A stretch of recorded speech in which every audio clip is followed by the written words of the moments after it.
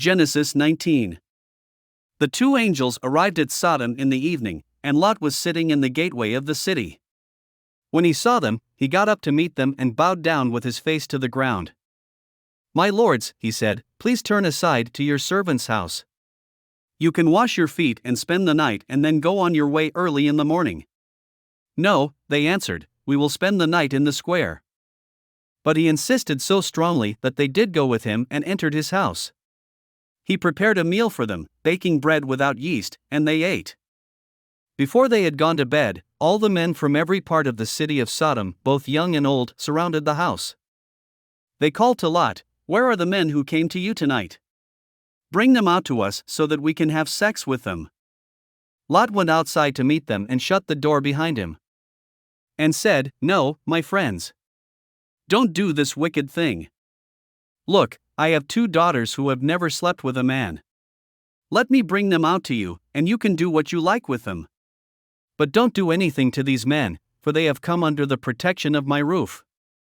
"Get out of our way," they replied. "This fellow came here as a foreigner, and now he wants to play the judge. We'll treat you worse than them." They kept bringing pressure on Lot and moved forward to break down the door. But the men inside reached out and pulled Lot back into the house and shut the door. Then they struck the men who were at the door of the house, young and old, with blindness so that they could not find the door. The 2 men said to Lot, "Do you have anyone else here, sons-in-law, sons or daughters, or anyone else in the city who belongs to you? Get them out of here. Because we are going to destroy this place. The outcry to the Lord against its people is so great that he has sent us to destroy it." So Lot went out and spoke to his sons-in-law, who were pledged to marry his daughters. He said, "Hurry and get out of this place, because the Lord is about to destroy the city." But his sons-in-law thought he was joking. With the coming of dawn, the angels urged Lot, saying, "Hurry. Take your wife and your 2 daughters who are here, or you will be swept away when the city is punished." When he hesitated, the men grasped his hand and the hands of his wife and of his 2 daughters and led them safely out of the city, for the Lord was merciful to them. As soon as they had brought them out, one of them said, "Flee for your lives.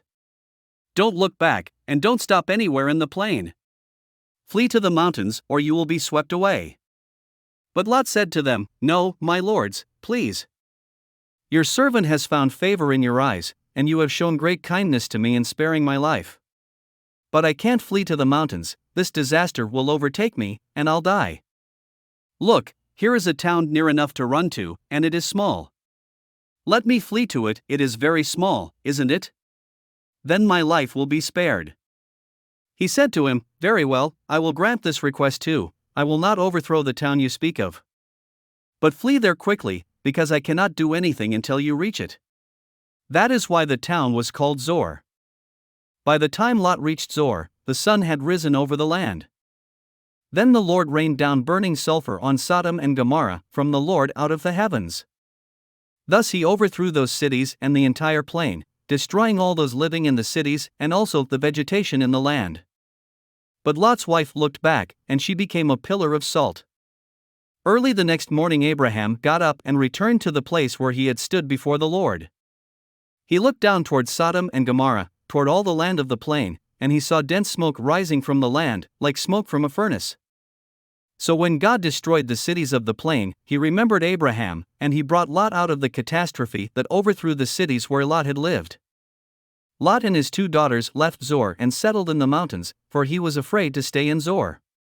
He and his 2 daughters lived in a cave.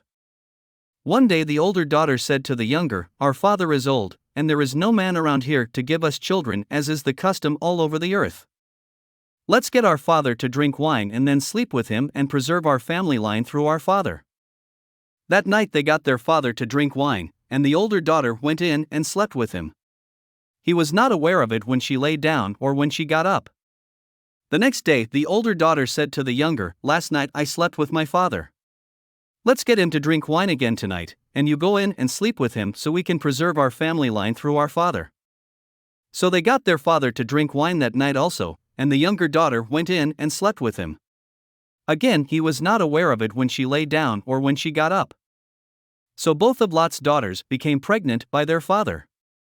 The older daughter had a son, and she named him Moab, he is the father of the Moabites of today. The younger daughter also had a son, and she named him Ben-Ammi, he is the father of the Ammonites of today. Thanks for listening to another chapter of the Bible. At My Faith Fuel, we believe a good coffee fuels your faith and energizes your day. Please visit myfaithfuel.com to explore our delicious coffee blends. Part of each purchase goes to training worshipers around the world. Thanks for listening.